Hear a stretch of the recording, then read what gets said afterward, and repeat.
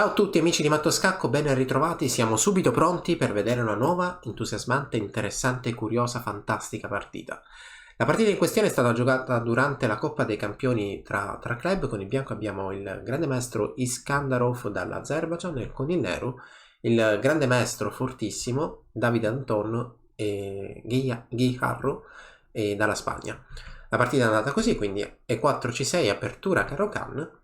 Il bianco decise quindi di giocare cavallo C3, che è senz'altro una variante minore, cavallo F3 sulla scacchiera, e qui c'è da dire che il nero si trova di fronte a un ordine di mosse un po' strano. Il nero spesso continua con alfiere G4, io stesso quando mi capita di giocare così da nero gioco alfiere G4, così come si può continuare anche con mosse un po' più azzardate. Ad esempio cavallo F6 è una di queste mosse molto azzardate, perché in caso di E5 il cavallo potrebbe saltare al centro. Ricordo che anni fa riuscii a battere in una partita rapida un maestro internazionale proprio con questa variante da nero, che vi consiglio soltanto se il vostro stile di gioco è uno stile di gioco dinamico, tattico e creativo.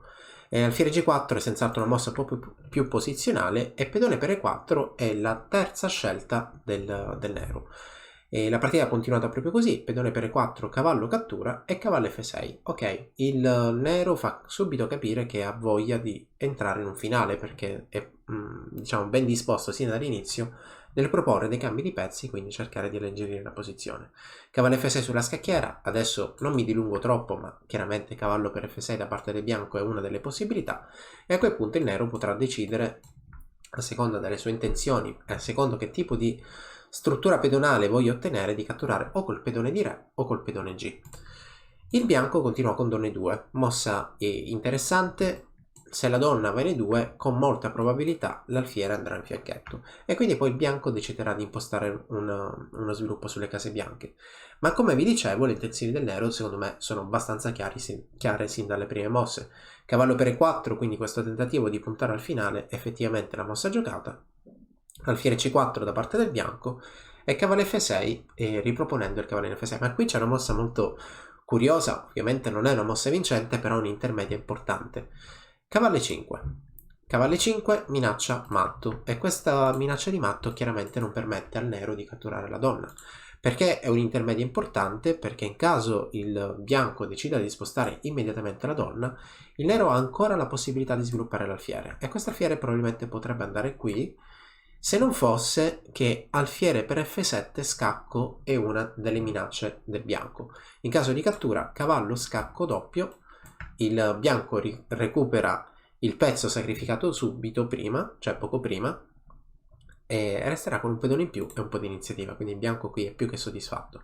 Ma l'alfiere potrebbe andare in F5, dopodiché il nero imposta la sua strategia con pedone in E6, alfiere di 6, rocco corto, e diciamo che è una posizione abbastanza equilibrata da parte di entrambi. Probabilmente il nero avrebbe un alfiere in F5 un po' più forte rispetto all'alfiere dell'avversario, semplicemente perché la maggior parte dei suoi pedoni poi andranno su casa bianca e il suo alfiere si trova fuori lo schieramento dei pedoni. In partita è andata così, quindi cavallo 5 ottima intermedia, E6, e come vedete c'è una grande differenza rispetto a prima, perché l'alfiere è rimasto dentro, mentre prima avevo proposto in una posizione più offensiva come F5. B5 sulla scacchiera, mossa molto aggressiva. Adesso è chiaro che lo stile di gioco del nero è cambiato, perché prima il nero sembrava volesse giocare verso delle semplificazioni, cercare di entrare in finale. Adesso dopo B5 chiaramente sta creando uno squilibrio. Alfiere di 3, la mossa giocata, donna C7 e arriva a 4.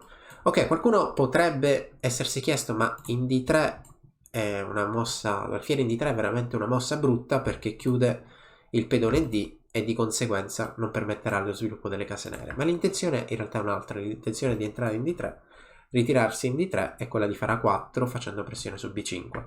Infatti la partita prosegue con alfiere D6 intermedia, perché si sta minacciando il cavallo, ma probabilmente questa sequenza di mosse è sfuggita, perché cavallo per C6 e effettivamente guadagni un pedone. E è vero che stiamo giocando una partita tra professionisti, sono due grandi maestri, però c'è anche da dire che comunque è una partita non a tempo lungo, non dal vivo, è una partita rapida, ed effettivamente questi errori spesso quando si gioca su internet potrebbero capitare. Qual è la minaccia? In caso di cattura, alfiere per B5, 1-0, il bianco guadagna la donna.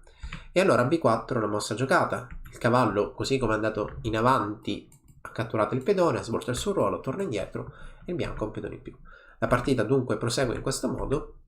L'alfiere bianco si sposta in fianchetto in B2 e insieme all'altro crea quella tipica configurazione di attacco, coppia degli alfieri contro la rocca avversario. L'alfiere in D3 sostiene il cavallo in F5 e così avviene in partita. Adesso al nero non restano altro che le complicazioni, quindi il nero chiaramente non vuole semplificare la posizione ma vuole cercare di creare delle complicazioni. Se il nero è in grado di creare delle complicazioni, un minimo di controgioco potrebbe averlo. Se intendi migliorare la comprensione del tuo gioco, allora vienici a trovare all'interno dell'Accademia di Matto Scacco.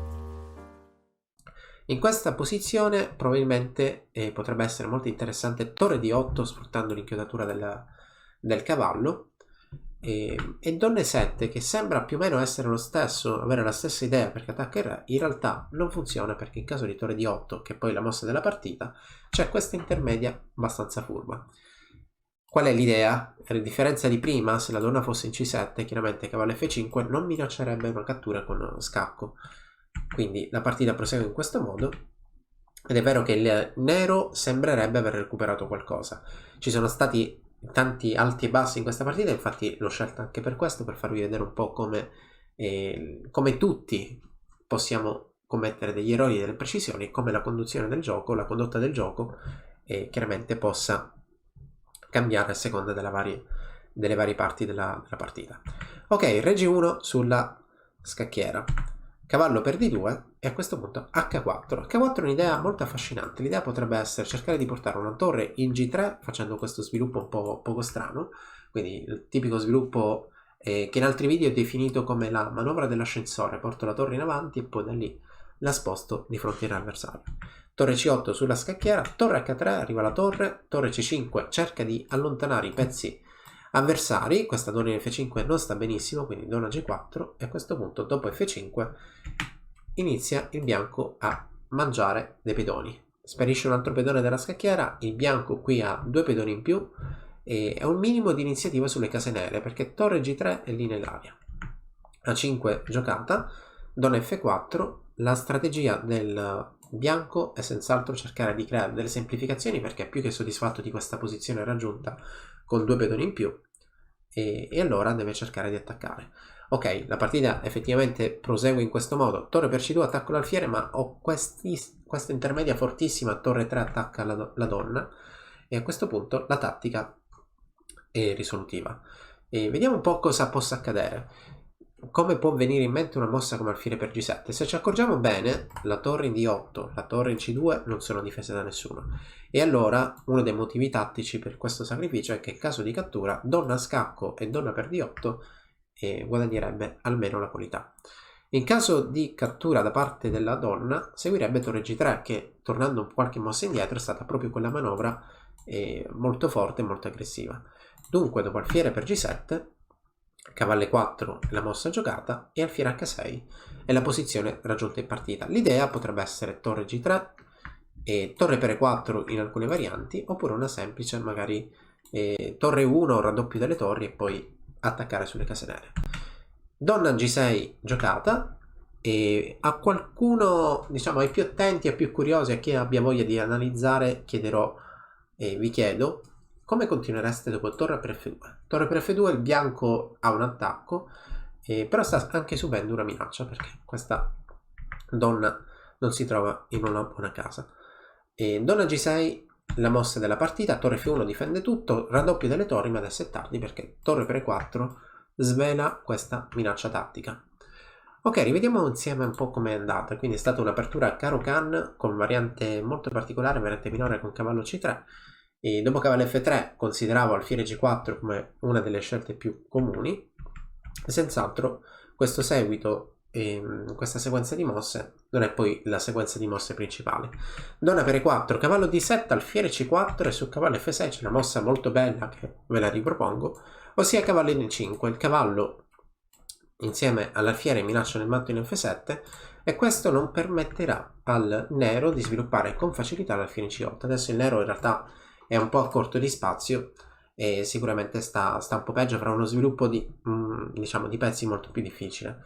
B5, la mossa giocata da parte del nero. Il nero adesso ha cambiato proprio la sua strategia, quindi ha voluto attaccare l'alfiere bianco, e donna C7, A4 attaccando immediatamente il pedone appena spinto, e dopo alfiere D6 il nero probabilmente si aspetta che il bianco muova il cavallo indietro, ma il cavallo per C6 è abbastanza decisiva. Quindi la partita prosegue, coppia degli alfieri che punta il lato di re avversario, e a questo punto è il momento di cercare delle semplificazioni che arrivano con questa sequenza di mosse, ma in realtà questa sequenza di mosse del bianco è viziata da un errore, perché torre di 8 avrebbe dato una iniziativa importante al nero, mentre donna 7, che sembra la mossa più precisa perché evita che il bianco possa arroccare, in realtà non è così forte, perché cavallo F5 minaccia la cattura della donna ma con scacco.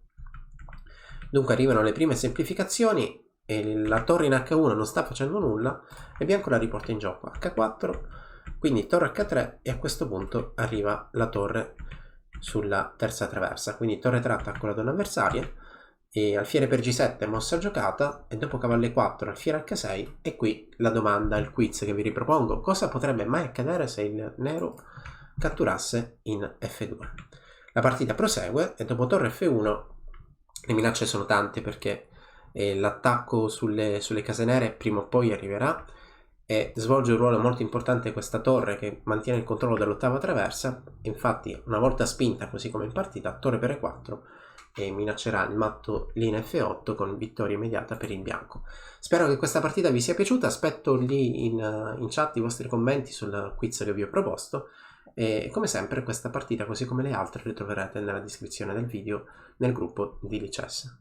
E ora, per continuare, che cosa posso fare? Beh, innanzitutto ti consiglio di iscriverti al nostro canale in modo tale da non perderti le nuove video lezioni. E poi puoi vedere il video che è stato più cliccato in questa settimana. Ci vediamo, ciao!